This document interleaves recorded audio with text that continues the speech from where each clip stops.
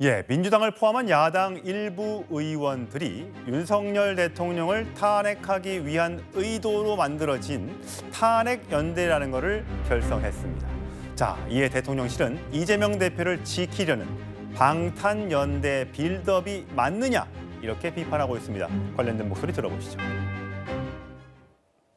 무도하고 무책임한 대통령으로 인해 고통받는 우리 국민을 생각하면 더 이상 가만히 있을 수 없었습니다. 윤석열 탄핵 준비위원연대는 탄핵을 현실화시켜가기 위한 법적 준비와 참여 의원 확대 활동을 해 나갈 것입니다.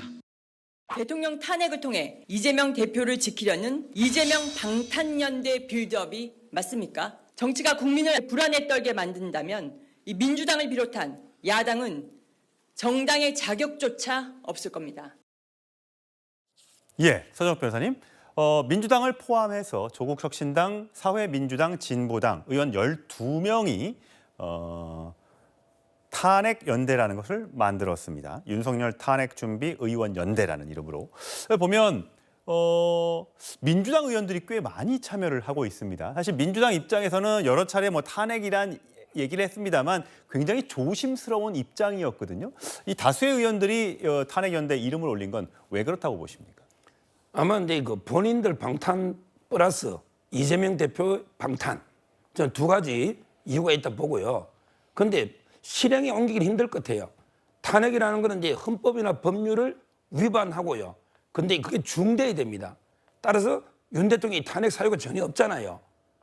저는 실행에 옮기기는 어렵다고 보는데, 다만 이제 그렇게 계속 모임을 만들고 탄핵 운운하는 거는 결국 이제 그 이재명 대표가 10월 달에 아마 선거가 나오면 상당히 그 리스크가 크죠.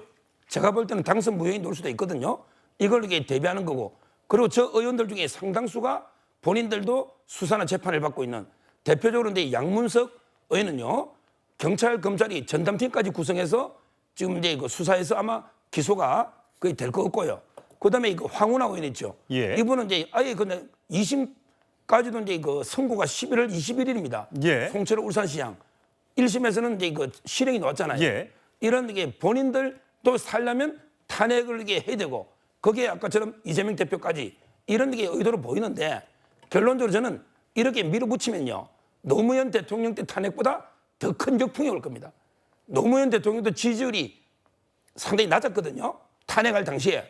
근데 막상 의결하니까 거대한 역풍이 불었어요. 예. 그래서 그때 총선에 참패했지 않습니까? 예, 그건 나중에 뒤에 다시 얘기하도록 그러니까 하겠습니다. 제 말은 이번에 윤석열 대통령 지지율이 갤럽 기준 20%대까지 떨어지니까 밀어붙이 된다 생각할지 몰라도, 만약에 진짜 탄핵을 추진하면 거대한 역풍이 불 겁니다. 예, 지금 서정욱 변호사께서 언급하셨던 갤럽 여론조사 지지율입니다. 파란색이 긍정, 빨간색이 부정 평가인데 9월 둘째 주 기준으로 긍정이 20, 부정이 70%, 가장 굉장히 높은 수치가, 그러니까 긍정이 굉장히 최저치로 떨어진 이런 숫자 때문에 서정욱 변호사의 말씀처럼 민주당에서 이런 탄핵 연대까지 띄운 것 아니냐라는 의심을 지금 받고 있는 거죠. 전장으로 다시 돌아가 보시면 강성필 부위원장, 네. 여러 사람들이 있어. 보통 이제 강성 주자들이, 강성 성향에 있는 분들이 강북구 민영배, 문정복 의원이나 김주정, 양문석 의원 등등이 굉장히 정부의 대정부 비판이 강하기 때문에 그런 분들은 특이하지 않는데, 박수현 전 청와대 대변인 같은 경우는 좀 온건파로 분류되는 분인데 조기에 이름을 올렸어요. 이건 어떤 뜻일까요? 맞습니다. 그 박수현 전 의원이 현재 의원이 저기에 참여했다는 것이 저도 처음에 의아했습니다. 예. 그래서 물어봤는데 예. 어쨌든 간에 지금 대한민국 국민들의 민심이 어쨌든 대통령에 대한 원망과 어떤 부정적인 영향이 여론이 크기 때문에 여기에 대해서 국회가 그리고 야당이 어쨌든 간 준비를 해야 되는 것이 아니냐라는 의견이었던 것이고요. 어쨌든 간에 확실한 거는 지도부와의 교감은 전혀 없었던 걸로 확인이 되고 있습니다. 그리고 양문석 의원 뭐 이런 분들이 뭐 사법 리스크가 있어서 본인들의 사법 리스크 때문에 탄핵을 추진한다? 이걸 대한민국에서 누가 믿겠습니까? 저는 오히려 지금 대통령의 국정 지지율이 너무나도 낮아요. 그러니까 노태우 대통령부터 지금의 윤석열 대통령까지 집권 3년 차에 가장 윤석열 대통령을 제외하시고 가장 낮은 분이 노태우 전 대통령이었는데 28%였고 박근혜 전 대통령도 항상 30% 40% 유지했고 문재인 대통령은 20%대를 가본 적이 없습니다. 그래서 이것은 정권 말에 나타나는 아주 낮은 수치이기 때문에 이런 상황이기 때문에 오히려 탄핵이란 얘기를 해도 아, 그럴 수도 있겠구나라고 공감을 받는 것. 그래서 이것은 정부가 상당히 되돌아봐야 된다 이런 생각합니다. 예, 뭐 탄핵을 해야 된다 말해야 된다 이거 관련해서는 뭐 여론조사 결과가 나온 게 없기 때문에 과연 국민들이 어떻게 생각하시는지 그건 좀 지켜봐야 할 것 같고요. 조금 전에 서 변호사가 얘기했던 것처럼 과거에 두 차례 탄핵이 있었었죠. 노무현 전 대통령에 대한 탄핵, 박근혜 전 대통령에 대한 탄핵. 자, 그 결과는 달랐습니다만 그 이후의 후폭풍도 많이 좀 달랐습니다. 과거 발언 준비했습니다.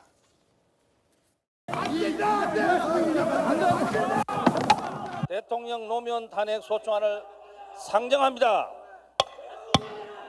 대통령 노무현 탄핵 소추안은 선포합니다. 피청구인의 일련의 언행을 보면 법 위배 행위가 반복되지 않도록 하여야 할 헌법 수호 의지가 드러나지 않습니다. 이에 재판관 전원의 일치된 의견으로 주문을 선고합니다. 주문, 피청구인 대통령 박근혜를 파면한다. 예, 정혁진 변호사님. 네네.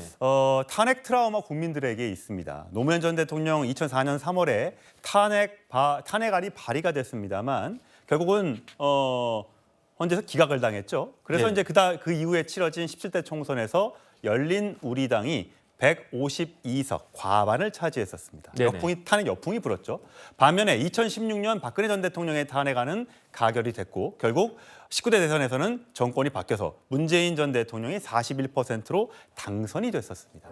이 두 가지 결과가 있기 때문에 어떻게 해석을 해야 되느냐. 지금 민주당이 들고 나온 이 탄핵을 하려고 하는 어떤 그런 의도가 어느 당에게 유불리하게 작용할 것인가. 어떻게 보세요? 제 생각에는요. 민주당은 탄핵의 추억이 있어요. 탄핵이 두 번 있지 않았습니까? 노무현 전 대통령, 박근혜 전 대통령. 그런데 그 두 번의 탄핵을 통해서 굉장히 큰 이익을 얻은 정당이 어느 정당입니까? 민주당이잖아요.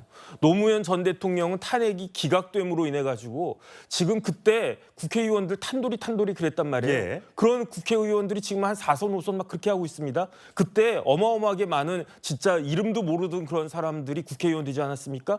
그렇게 해가지고 그때도 민주당은 굉장히 큰 좋은 아주 탄핵의 추억이 있고 더 큰 추억은 언제 있었습니까? 박근혜 전 대통령 탄핵됨으로 인해 가지고 졸지에 갑자기 대통령 되신 분이 있어요. 그분이 누굽니까? 문재인 전 대통령이었단 말이에요. 문재인 전 대통령이 대통령 되면서 뭐라고 이야기했느냐? 박근혜 전 대통령은 국정을 저렇게 운영했지만 나는 어떻게 우리나라를 운영할 것이냐? 제가 다 외웠어요. 기회는 평등할 것이다. 과정은 공정할 것이다. 결과는 정의로울 것이다. 그렇게 이야기해가지고 국민들 80%가 박수 짝짝짝 치지 않았습니까? 그런데 결과는 어떻게 됐는가? 5년 만에 정권 뺏겼단 말이에요. 하지만 다시 이번에 윤석열 정권을 흔들어가지고 또 한 번 탄핵을 하겠다. 이렇게도 저렇게도 굉장히 큰 이득을 받기 때문에 그렇기 때문에 나라를 다시 한번 탄핵이라고 하는 소용돌이 속으로 집어넣겠다라고 하는데 국정을 책임지려고 하는 수권 정당이 되려고 하는 정당이 이런 식으로 반응하면 되겠는가? 제가 살다 태어나가지고 처음 본 게 뭐냐면은 대통령 탄핵 청원 청문회거든요. 이런 것들을 민주당이 하면서 다음번에 그 정권을 달라고 유권자들한테 국민들한테 손을 내밀 수 있을 것인지 저는 굉장히 회의다라는 생각이 듭니다. 예, 장 변호사님. 네. 아까 서정호 변호사가 얘기했던 것처럼 단순히 지지율이 낮다고 해서 어떤 정책이 실패를 했다고 해서 그것이 헌법을 지키지 않은 것으로 볼 수 있겠느냐. 네. 이 탄핵 사유가 안 된다 이렇게 얘기를 했습니다. 어떻게? 현재 단순히 국민 지지율, 국민 신뢰 받지 못한다고 탄핵되지 않죠. 그런데 그 키는 사실은 대통령께서 쥐고 계시는 겁니다. 그렇다면 바뀔 수 있을 것인가? 바뀔 수 있는 최소한의 의지와 능력은 있는 정부라고 국민들이 보고 계시는 것인가? 그렇지 않다는 게 사실 더 큰 문제입니다.